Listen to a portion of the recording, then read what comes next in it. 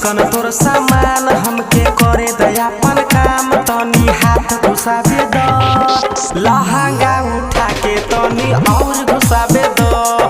लहंगा उठा के तनी हाथ घुसावे दो बारे चिकन तोर सामान हमके करे दयापन काम तनी हाथ घुसावे दो लहंगा उठा के तनी और घुसावे दो लहंगा उठा के तनी हाथ घुसावे दो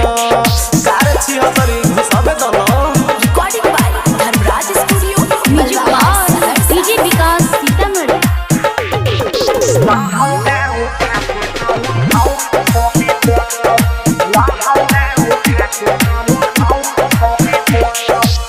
रोज रोज फोन करके हमसे बतियाई हो माई बाप के अपना बाजार खेत भेजई हो काहे बुची सुन तारू भेज दो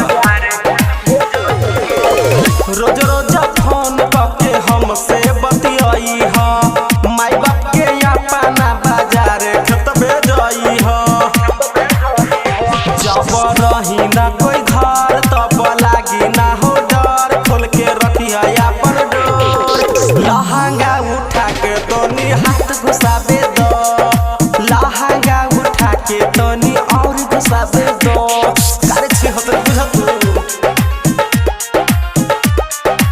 music by DJ Vikas Sitamarhi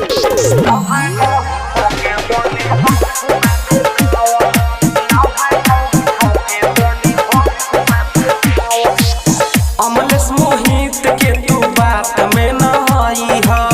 Pappu राजा से माजा ही कभर तू खई हो काहे जान बुझतारू हाँ अमलेश मोहित के तू बात में न हई हो पप्पू राजा से माजा ही कभर तू खई हो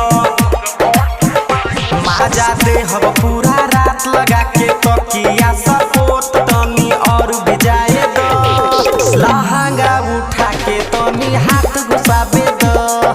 लहंगा उठा के तनी और घुसावे दो ओई मां धर्मराज रिकॉर्डिंग स्टूडियो बलवाहर सहरसा।